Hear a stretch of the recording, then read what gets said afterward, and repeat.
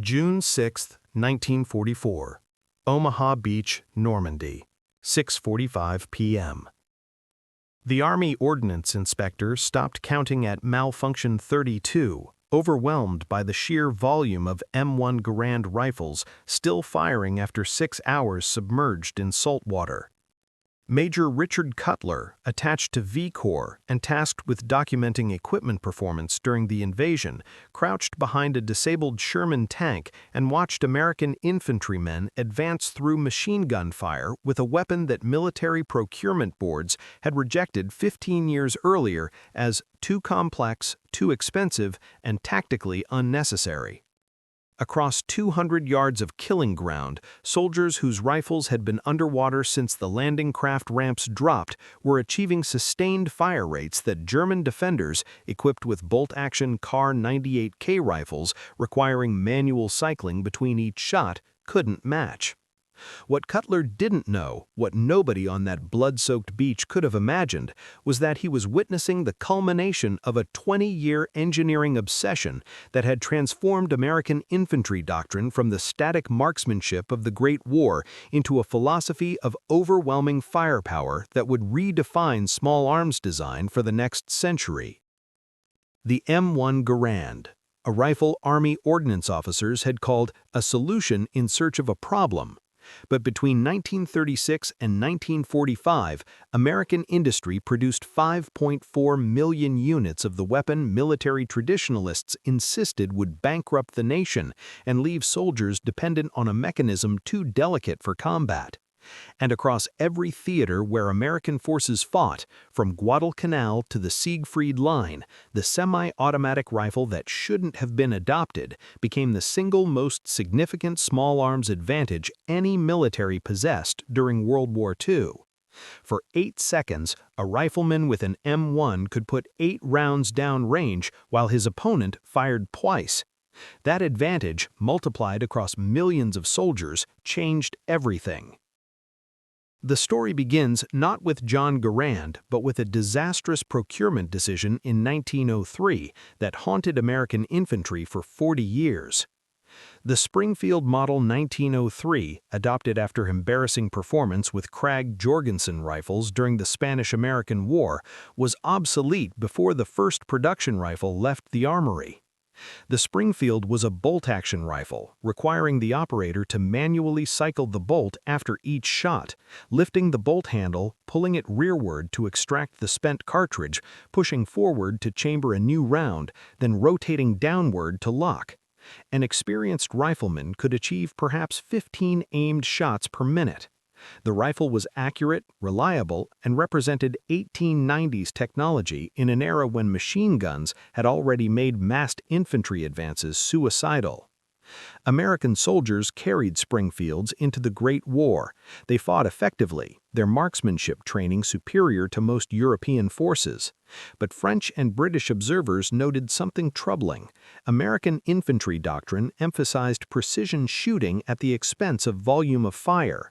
A German soldier with a Gewehr 98 bolt-action rifle could suppress an American position through rapid fire even if individual shots were less accurate. The tactical equation favored suppression over precision. After the war, Army Ordnance conducted extensive after-action analysis. The findings were stark. Modern infantry combat rewarded fire volume more than marksmanship. Automatic weapons, machine guns, automatic rifles, dominated battlefields. Infantry armed with bolt-action rifles couldn't generate sufficient firepower to suppress enemy positions or exploit tactical opportunities. The conclusion was unavoidable. American infantry needed semi-automatic rifles capable of firing as fast as the operator could pull the trigger. The Army initiated a semi-automatic rifle program in 1919.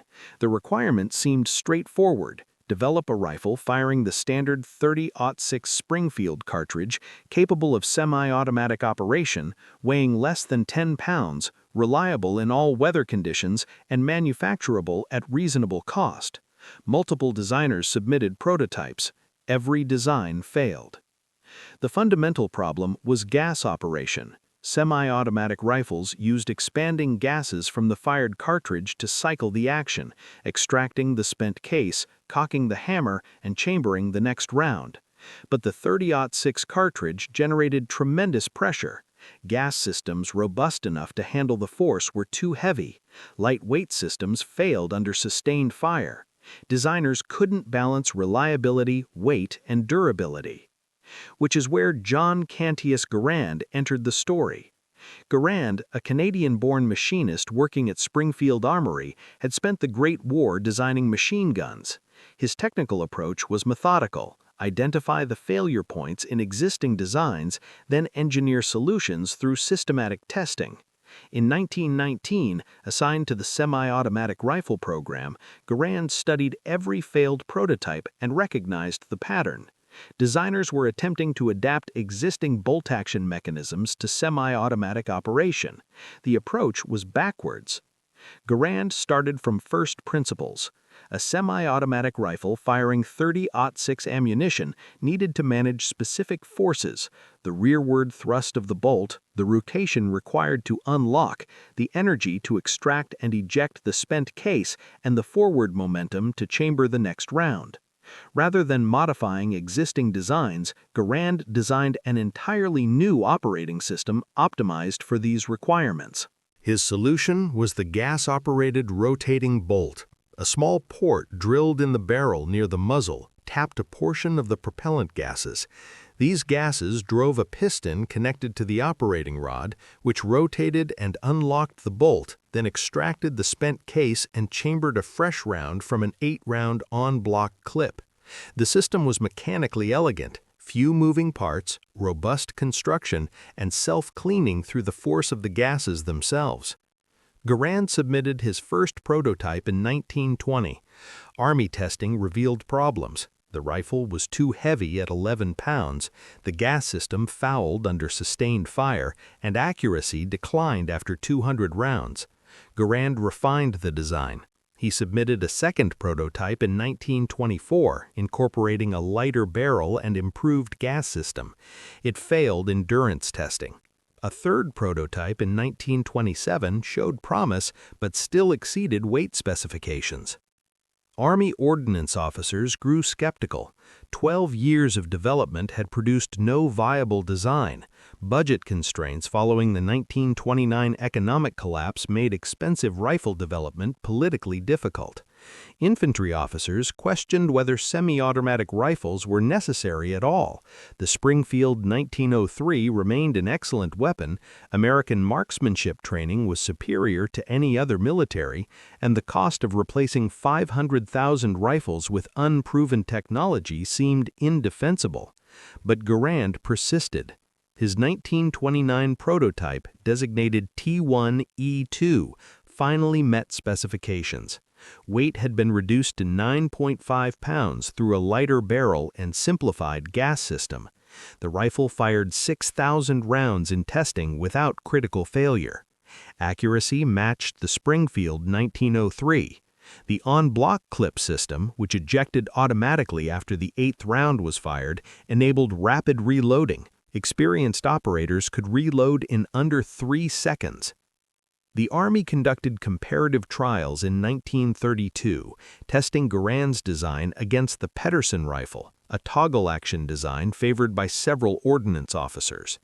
The Patton rifle used .276 caliber ammunition and weighed 7.5 pounds, lighter than Garand's .306 design. In controlled testing, both rifles performed adequately, but field trials revealed critical differences. The Patton's toggle action jammed when exposed to sand or mud, while the Garand's rotating bolt continued functioning. After 3 months of testing in harsh conditions, Ordnance recommended the Garand. Army Chief of Staff Douglas MacArthur blocked adoption. MacArthur insisted American forces maintain .306 caliber standardization.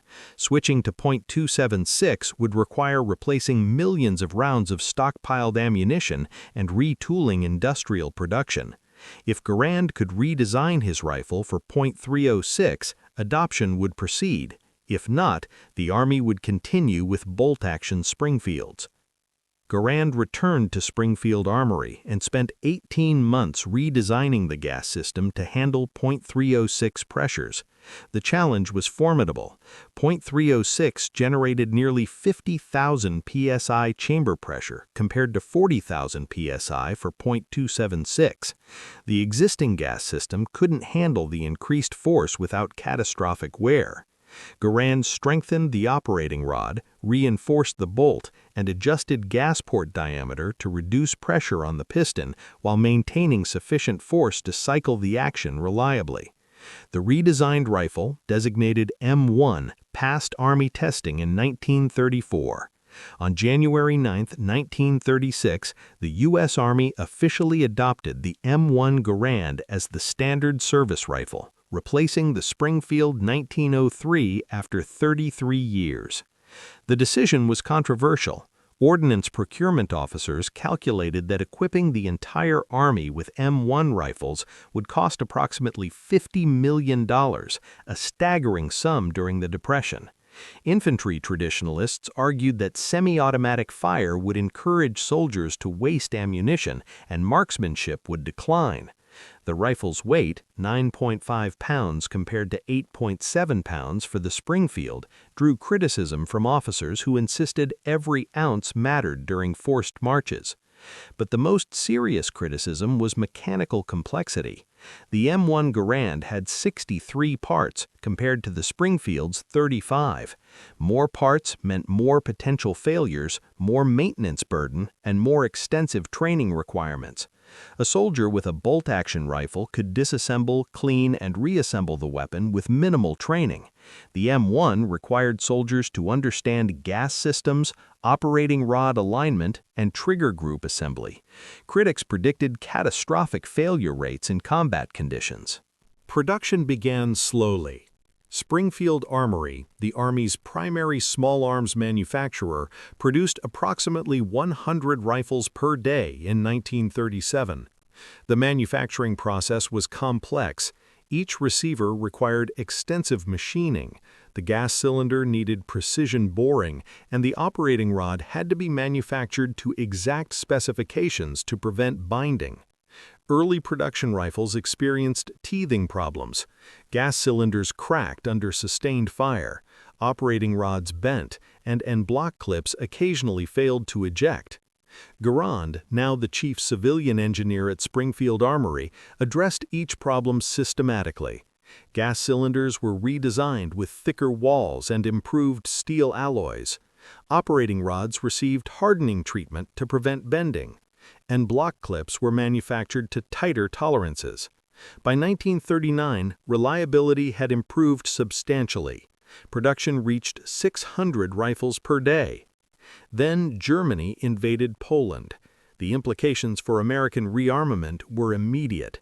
President Roosevelt, recognizing that war was likely inevitable, authorized massive expansion of military production. The Army needed to equip not 200,000 peacetime soldiers, but millions of potential wartime inductees. Springfield Armory alone couldn't produce sufficient rifles. The War Department contracted with Winchester Repeating Arms to manufacture M1 rifles under license. Winchester's initial production was disastrous. The company's manufacturing processes, optimized for sporting rifles and shotguns, couldn't achieve the tolerances required for M1 components. Gas cylinders didn't align properly, operating rods bound in receivers, and barrels failed accuracy testing. Winchester engineers spent months retooling, eventually achieving acceptable quality by mid-1941. By December 1941, when Japan attacked Pearl Harbor, approximately 400,000 M1 Garand rifles had been produced.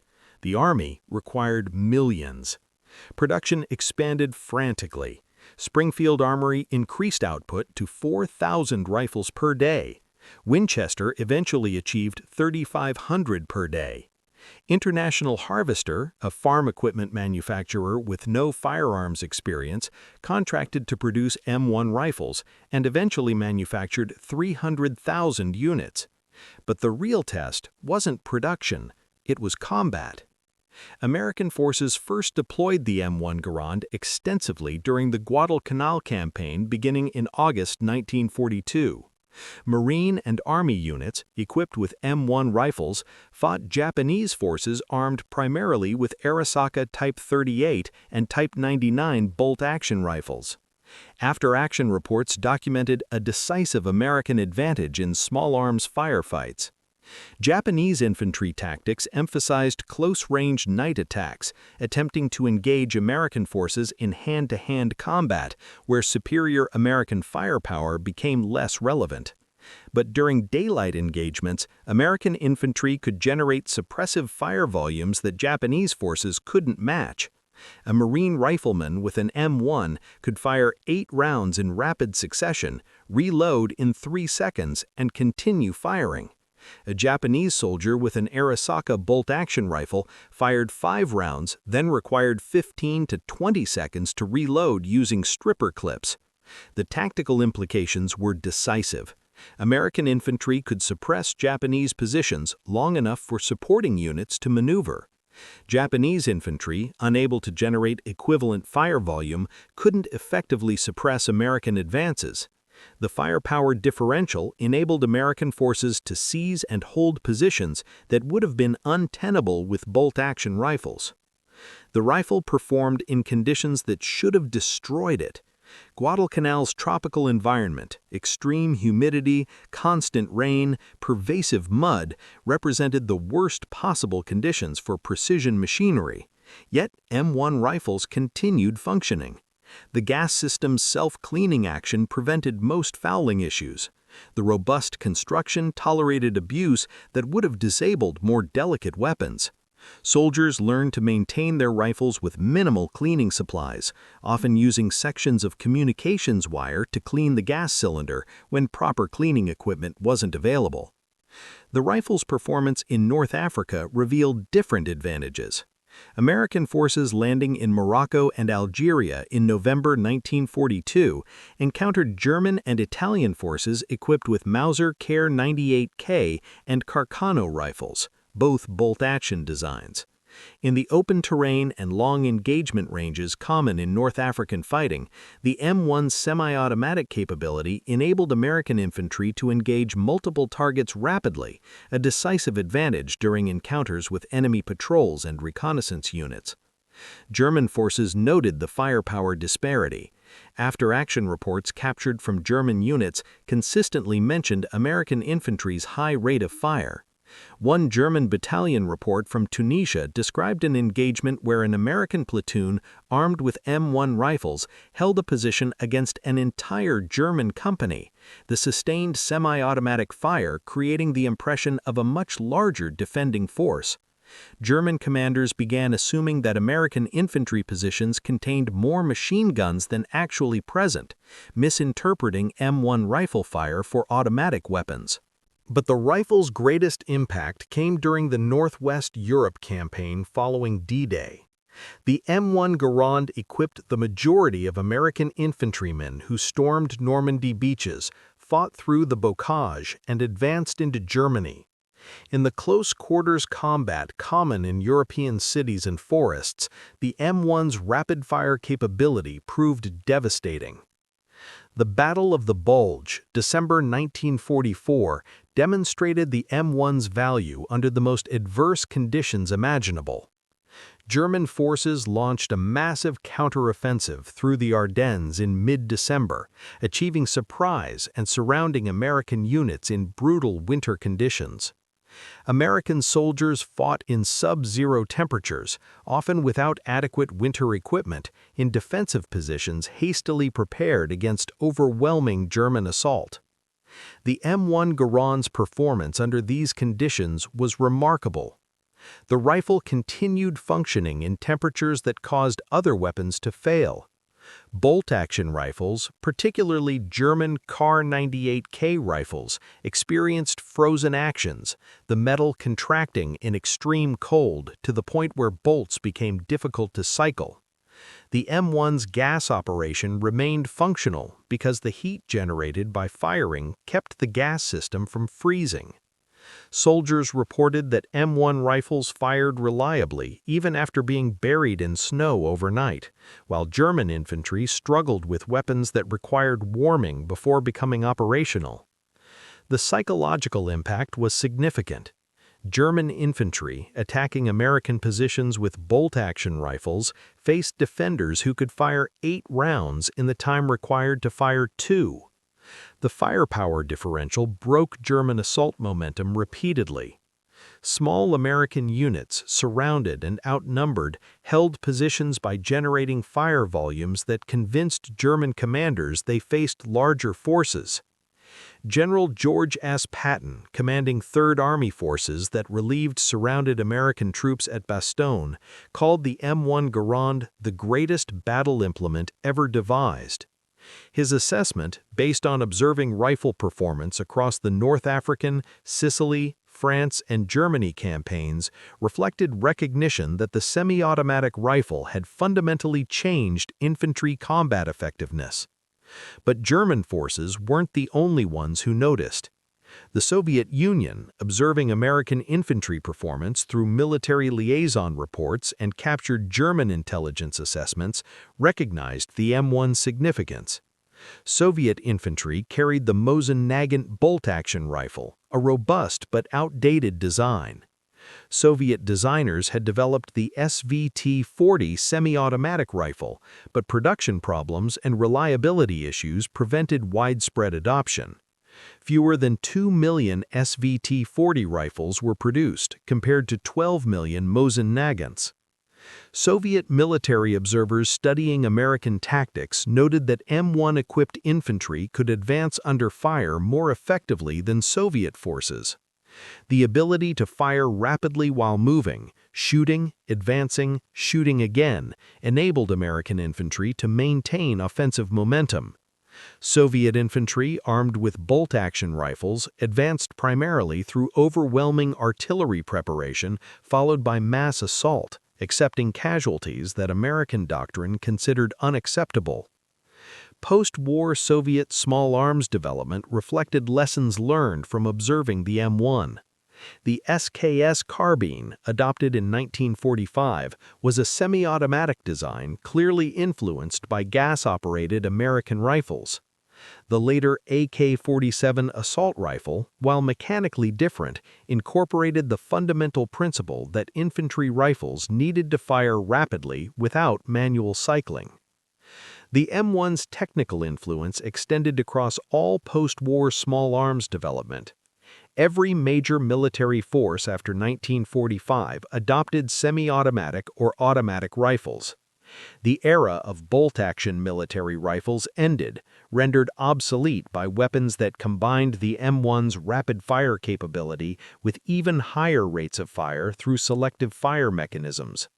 The EM2, the G3, the M14, all were descendants of the doctrinal revolution the M1 initiated. But the M1's significance wasn't just technical. It represented a fundamental shift in military procurement philosophy.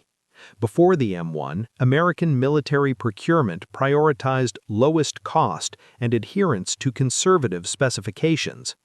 The M1 succeeded because ordnance officers eventually recognized that technical superiority justified higher per-unit costs. A rifle costing twice as much as a bolt-action design, but providing 4 times the combat effectiveness, represented sound investment. This principle, that combat effectiveness justified development costs, became foundational to post-war American military procurement.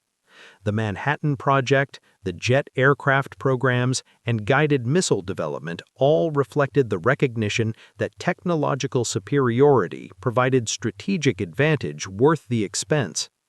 The M1 Garand was the first major weapon system that proved this principle in combat. The rifle's production numbers tell their own story. Between 1936 and 1957, American industry produced approximately 5.4 million M1 Garand rifles. Peak wartime production reached 4 million rifles between 1943 and 1945. The industrial achievement was remarkable.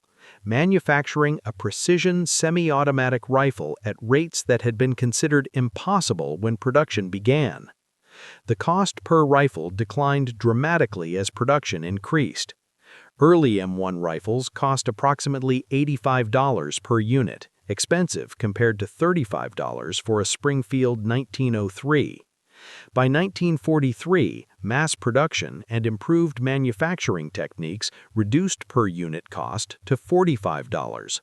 By 1945, costs reached approximately $40 per rifle, barely more expensive than bolt-action designs while providing vastly superior combat capability. American soldiers who carried the M1 developed profound confidence in the weapon. Letters from servicemen consistently praised the rifle's reliability, power, and rapid-fire capability. Veteran infantrymen returning from combat universally preferred the M1 to any other available rifle. Attempts to replace the M1 with newer designs during the 1950s faced resistance from soldiers who trusted a weapon that had never failed them in combat. The rejected rifle that ordnance officers had called too complex and too expensive had become the most successful military rifle in history. Not because it was the most accurate, the Springfield 1903 matched its accuracy. Not because it was the lightest, several contemporary rifles weighed less. The M1 succeeded because it solved the correct problem. Modern infantry combat rewarded fire volume more than precision. A soldier who could fire 8 aimed shots in 8 seconds defeated an opponent who fired 2 shots in the same time, regardless of individual shot accuracy. German military analysts studying American infantry tactics after the war concluded that the M1 Garand provided American infantry with a 2-to-1 combat effectiveness advantage over German forces armed with bolt-action rifles. This calculation, based on engagement reports and casualty ratios, factored in the psychological impact of sustained fire, the tactical flexibility semi-automatic fire provided, and the reduced suppression time American infantry experienced. 2-to-1. An American infantry squad armed with M1 rifles could accomplish missions requiring twice as many German soldiers armed with Kar 98K bolt-action rifles. Multiply that advantage across hundreds of thousands of infantrymen, and the strategic impact becomes clear. The M1 didn't win the war. Overwhelming industrial production, strategic bombing, and numerical superiority decided outcomes. But the rifle ensured that every engagement where American infantry faced German infantry occurred on terms favorable to American forces. The rifle remained in American service until 1963. Soldiers carried M1 Garands through the Korean War, where the rifle proved equally effective against Chinese and North Korean forces. In the frozen mountains of Korea, where bolt-action rifles seized up and automatic weapons jammed, the M1 continued functioning. American forces, outnumbered repeatedly during the retreat from Chosin Reservoir, held defensive perimeters through firepower advantages the M1 enabled. The rifle saw limited service in early Vietnam operations before being replaced by the M14, itself an evolution of the M1 design, incorporating selective fire capability and a detachable box magazine. The M14's service life was brief. The lighter, smaller caliber M16 replaced it by the mid-1960s. But the M14 represented the culmination of John Garand's original vision, a semi-automatic military rifle firing full-power cartridges with reliability and accuracy sufficient for any combat environment. John Garand never profited from his invention. As a government employee, his designs belonged to the United States. He received no royalties on the 5.4 million rifles manufactured. In 1944, Congress awarded him $100,000 in recognition of his contributions, a token compared to the commercial value of his patents. Garand continued working at Springfield Armory until his retirement in 1953, refining rifle designs and training new engineers. He died in 1974, largely forgotten by the public, but revered by ordnance engineers who understood what he had achieved. The rifle that bears his name outlasted his inventor. M1 Garands remained in American service with Reserve and National Guard units into the 1970s. Foreign militaries receiving American military aid used M1 rifles through the 1980s. Civilian marksmanship programs still use M1 Garands for competition shooting, the rifle's now 70 to 80 years old, but still functional due to robust construction and simple maintenance requirements. In museums today, M1 Garand rifles sit in display cases alongside Springfields and Kar 98Ks, their significance invisible to casual observers. The weapons look similar: wooden stocks, steel receivers, conventional rifle configurations. The mechanical difference, semi-automatic operation versus bolt action, seems minor, but that difference determined tactical outcomes in thousands of engagements across 3 continents. The rifle that could fire 8 times while opponents fired twice changed the mathematics of infantry combat irrevocably. The officers who rejected the M1 as too complex and too expensive in 1932 weren't stupid. They were constrained by budgets, conservative procurement doctrine, and legitimate concerns about reliability. Their skepticism was reasonable given the technical problems early prototypes experienced, but they failed to recognize that incremental improvements to existing technology couldn't match the advantages revolutionary designs provided. John Garand understood this. He spent 20 years perfecting a rifle that solved the correct problem, regardless of institutional resistance or technical challenges. His design wasn't the lightest, wasn't the cheapest, wasn't the simplest, but it worked. Under conditions that destroyed other weapons, in climates from tropical jungles to Arctic tundra, the M1 Garand fired when soldiers needed it to fire. The lasting lesson isn't about rifles, it's about the cost of conservative procurement doctrine.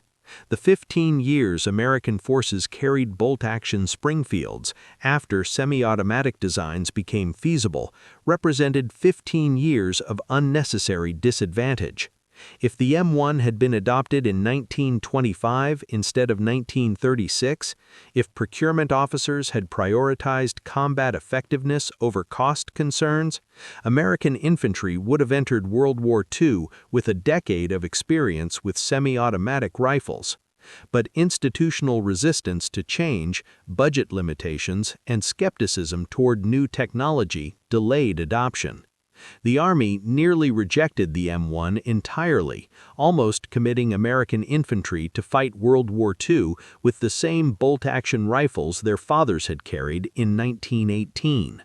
The margin between that catastrophic failure and the actual outcome was John Garand's persistence and the eventual recognition by a few ordnance officers that combat effectiveness justified higher costs. Modern military procurement faces identical pressures. Budget constraints encourage incremental improvements to existing systems. Conservative officers resist revolutionary designs because risks seem to outweigh benefits. New technologies appear too expensive, too complex, too risky. The pattern that nearly prevented M1 adoption repeats in contemporary debates over weapon systems, procurement strategies, and force structure. 78 years after D-Day, the rifle that ordnance officers called too complex and too expensive remains the standard against which military rifles are judged.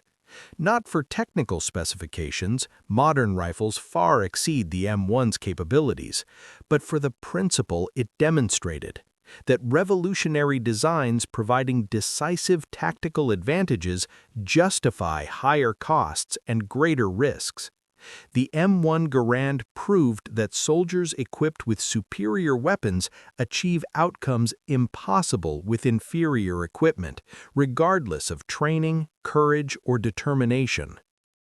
The rejected rifle became Hitler's nightmare not because it was secret or exotic, but because it was better. Every American infantryman carried a weapon that German soldiers couldn't match.